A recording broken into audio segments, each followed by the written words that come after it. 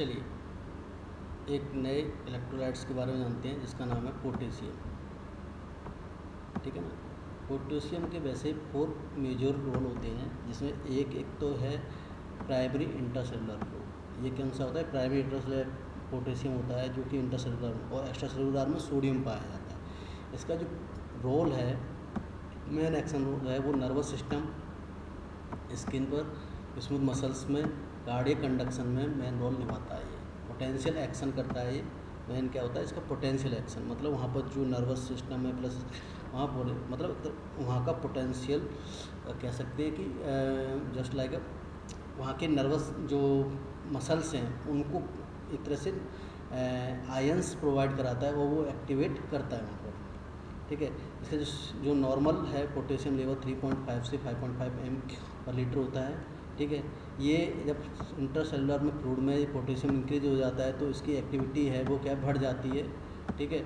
और ये नेफ्रॉन के थ्रू बाहर निकलता है। ठीक है। इसके अलावा इसका जो मेंटेनेंस है वो एल्डोस्टेरोन के द्वारा होता है और किडनी के द्वारा एक्सक्रीशन होता है। अब इसकी दो डिजीज़ बनती हैं, एक हाइपोकैलेमिया और प्रॉब्लम्स, एक हाइपरकैलेमिया। हाइपोकैलेमिया मतलब कमी हो जाना, डेफिसिट हो जाना, या फिर हाइपरकैलेमिया एक्सेसिव हो जाना। ठीक है ना। चलिए आगे बढ़ते हैं हाइपोकैलेमिया के बारे में। Hypokalaemia is a defined as a potassium deficit in the extracellular compartment with the serum potassium concentration of less than 3.5 MEQ/लीटर। मतलब हाइपोकैलेमिया वो ऐसी कंडीशन है जिसमें क्या होगा, 3.5 MEQ/लीटर से कम हो जाए एक्स्ट्रासेलुलर फ्लूइड के अंदर, तो उस कंडीशन को हम क्या कह रहे हैं? Serum potassium. तो उसे हम क्या कहेंगे? हाइपोकैलेमिया का नाम दिया जाएगा। चलिए आगे और जानते हैं इटियोलॉजिकल फैक्टर को।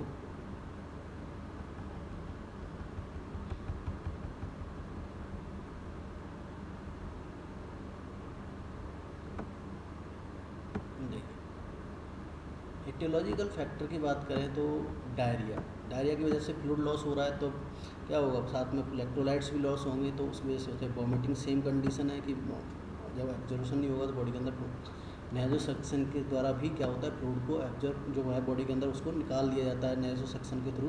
तब गैस्ट्रिक जो उसको निकाल दिया जाता है तब भी हो सकता है। माल न्यूट्रिशन, अगर खाएगा नहीं पिएगा नहीं तो भी होने के चांस, स्ट्रावेशन की वजह से हो सकता है। पोटेशियम फ्री डाइट भी खाए तब भी होगा। जब फ्री डाइट लेगा तो उसको ऑटोमेटिकली क्या होगा? तो बॉडी के अंदर पोटेशियम जाएगा नहीं और पोटेशियम की कमी होने लगेगी। पोटेशियम वास्टिंग डायरेटिक, कुछ ऐसे पोटेशियम वास्टिंग डायरेटिक होते हैं जो कि बॉडी को पोटेशियम से निकालने का काम करते हैं, जैसे thiazide, loop and osmotic diuretic. इस तरह की कंडीशन के क्या होते हैं? निकालने का काम करते हैं। चलिए और आगे बढ़ते हैं। फ्रोसोमाइड का ज़्यादातर यूज़ करने पर हाइपोकैलेमिक कंडीशन की बहुत ज़्यादा मात्रा, क्योंकि फ्रोसोमाइड क्या करता है? पोटेशियम को किडनी के थ्रू बाहर काम करता है। ठीक है ना। इसके बाद डायबिटिक एसिडोसिस की वजह से भी रिस्क हाइपोकैलेमिक होने के चांसेस है, जिसमें कुछ सिंड्रोम है, लीवर है, कैंसर है। ठीक है। इस तरह की कंडीशन होने के चांसेस सबसे ज़्यादा होते हैं। और आगे जानते हैं पैथोफिजियोलॉजी।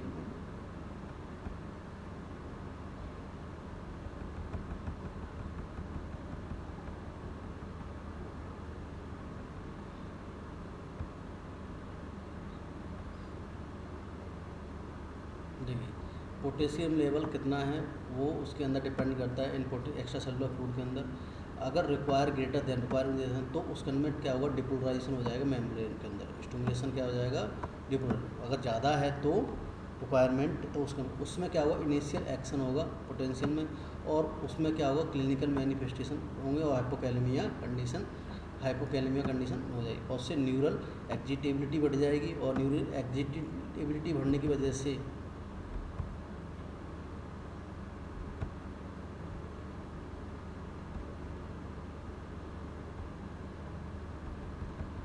मसल्स फंक्शन कैसे होंगे? अफेक्टेड हो जाएंगे। यहाँ पर मसल्स फंक्शन अफेक्टेड हो जाएंगे। और बात करें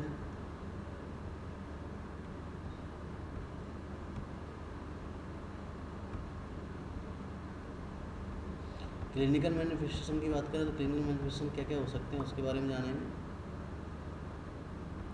तो क्लिनिकल मैनिफेस्टेशन में जीआई की बात करें तो एनोरेक्सिया होने के चांसेस सबसे ज़्यादा बढ़ेंगे, क्योंकि ज़्यादातर एनोरेक्सिया की वजह से आपकी जीआई ट्रैक्ट अफेक्टेड हो, नोजिया वोमिटिंग बहुत होगा इसकी वजह से। ठीक है। क्योंकि मसल्स क्या होता है, मसल्स की जो रेगुलेशन है वो बढ़ जाएगा। इससे क्या होगा कि वो रिफ्लेक्स से ज़्यादा बढ़ने लगेंगे और रिफ्लेक्स होने की वजह से नौसिया वॉमिटिंग होने के चांस से बढ़ जाएंगे। इंटरग्यूमेंट्री में ड्राई स्किन हो जाएगी, प्लस स्किन होती है मसल्स मेम्ब्रेन ड्राई और स्टिकली होने लगी, थर्स्ट ज़्यादा लगेगी। न्यूरोलॉजिकल में बात करें तो रेस्टलेसनेस, एजिटेशन, इरिटेबिलिटी बढ़ेगी, लेथार्जी भी हो जाएगा उसको, कोमा कंडीशन, ट्रीमर भी आने के चांसेस हैं सबसे ज़्यादा, ट्रीमर होने के चांसेस बहुत ज़्यादा बढ़ जाएंगे। कार्डियोवैस्कुलर की बात करें तो टैकीकार्डिया हो जाएगा, हाइपोटेंशन रहेगा और कभी कभार हाइपरटेंशन भी हो सकता है, क्योंकि एक्स्ट्रा सेलुलर फ्लूइड ज़्यादा है, इंट्रा सेलुलर फ्लूइड कम है, उस कंडीशन में क्या एक्स्ट्रा सेलुलर फ्लूइड होता है तो टैकीकार्डिया भी होने के चांसेस हो सकते हैं, हाइपरटेंशन, ओलिगूरिया होने के चांसेस सबसे ज़्यादा होंगे।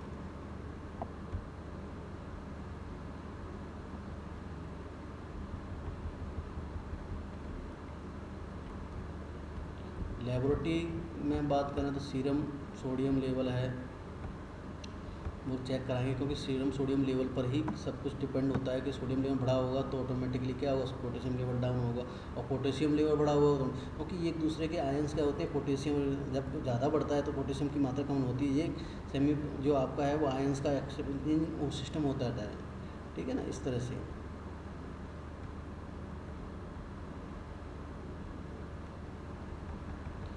अब और क्या क्या चेंजेस आ सकते हैं, जैसे टी वेव्स है वो फ्लैट हो जाएगी, कैसी हो जाएगी, फ्लैट हो जाएगी, यू वेव्स इस तरह से हो जाएगी टी वेव्स, ठीक है। इसका यू वेव्स क्या होगा, प्रेजेंस रहेगी, S T wave segment depressed हो जाएगा, प्रोलॉन्ग क्यू आर एस हो जाएगा, जो क्यू आर एस का वो लंबे समय डिस्टेंस ज़्यादा हो जाएगी क्यू आर एस में, ठीक है, इसमें डिस्टेंस ज़्यादा हो जाएगी, पीक्ड हो जाएगी, इसके वेंट्रिकुलर डिसएरिथमिया भी हो सकता है, फर्स्ट सेकेंड हार्ट ब्लॉक भी होने के चांसेस बढ़ जाते हैं।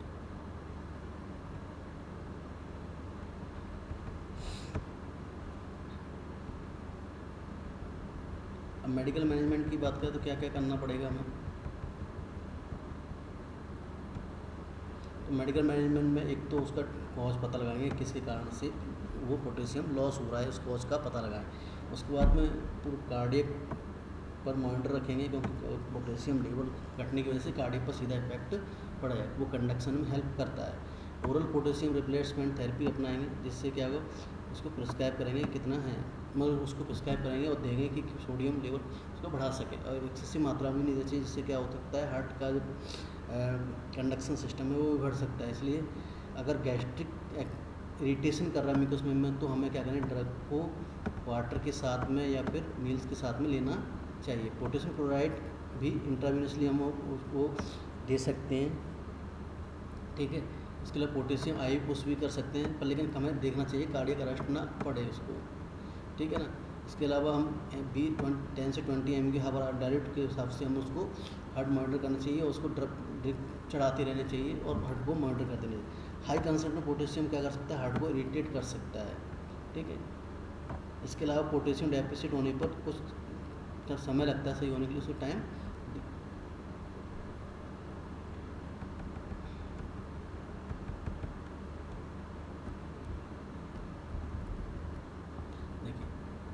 डाइटरी मैनेजमेंट की बात करें तो हाई पोटेशियम डाइट लगभग सर्विंग करेंगे, फिश देंगे, होल ग्रेन देंगे, नट देंगे उसको, वेजिटेबल में ब्रोकली है, ब्रोसेल है, स्पाउटी है, कैबेज है, कैरेट है, सैलरी है, कुकुम्बर है, मशरूम है, पोटैटोज हैं, स्पिंच है, टमाटोज हैं, ये सब देंगे हम उसको, ठीक है। ये क्या है, एक तरह से हाई कंसनट्रेट, एप्रिकोट है फ्रूट में, बनाना है, कैटालूप है, गुआवा है, हनी है, ठीक है, मेलन है, ऑरेंज है, प्यूरिन है, स्ट्रॉबेरी है, वाटर है। इसके बाद वह है टमाटो जूस है, फ्रूट है, इस तरह से देंगे।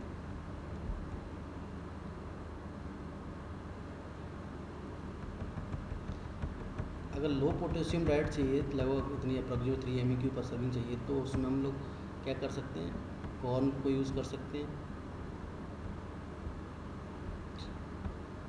वेजिटेबल में, स्वीट पोटैटो है, लिम्बा बीन्स है, फ्रेंची फ्राई पोटैटोज हैं, फ्रूट में एप्पल है, एप्पल सॉस है, एप्पल जूस है, ब्लूबेरीज है, कैनबेरीज हैं, इस तरह के यूज़ कर सकते हैं। वर्गेज में हम लोग कॉफ़ी है, कोला है, क्रैनबेरी जूस है, नॉन कार्बोनेट ड्रिंक हैं, रूट बीर है, लेमन है, लाइम सोडा, इस तरह के हम यूज कर सकते हैं। लगभग हम एडल्ट को पोटेशियम 1875 से लेके 5 mg दे सकते हैं, रिकमेंड कर सकते हैं उसको।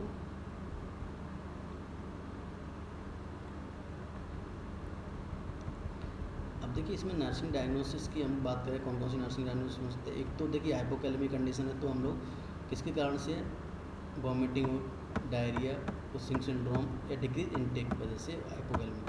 रिस्क 4 किसकी है, मसल्स वीकनेस और हाइपोटेंशन की है, ठीक है। इसके अलावा imbalance nutrition less than body requirement के हिसाब से इनसफिशिएंट नहीं मिल पा रहा है, तो उसको ये रहेगी। अब इसके लिए हम क्या क्या इंटरवेंशन कर सकते हैं इनके लिए, तो वो हम जानेंगे।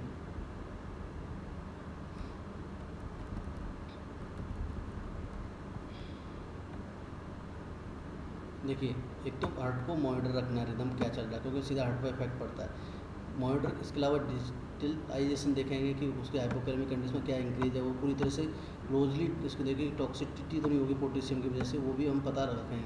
इसका ओरल एडमिनिस्ट्रेशन करेंगे, उसको गैस्ट्रिक इरिटेशन है तो उसको प्रिवेंट करेंगे फ्लूइड देकर, ठीक है। इसके अलावा IV फ्लूइड भी दे सकते हैं 10 से 20 ml पर हावर। कभी भी हम लोग उसको पोटेशियम को इंट्रावेनसली अनडाइल्यूट करके नहीं देंगे, ठीक है। इसके अलावा पेन वगैरह हो रहा है तो इन्फ्लामेशन है तो उसको हम साइड में उसको नहीं दे सकते हैं। इसको पोटेशियम रिच डाइट देंगे, ठीक है। इसके अलावा एक्सेस पोटेशियम रोकने के लिए हम लोग क्या करेंगे, उसको लेजेक्टिव या डायरेटिक्स दे सकते हैं, ज़्यादा ना बढ़े, ठीक है। तो मेरे हिसाब से ये समझ में आ गया है। हम आपको और वीडियो देते रहेंगे ऐसे ही, बस आप इस तरह से पढ़ते रहिए। कोई समस्या है तो आप नीचे लिख के मुझे भेज सकते हैं। Thank you.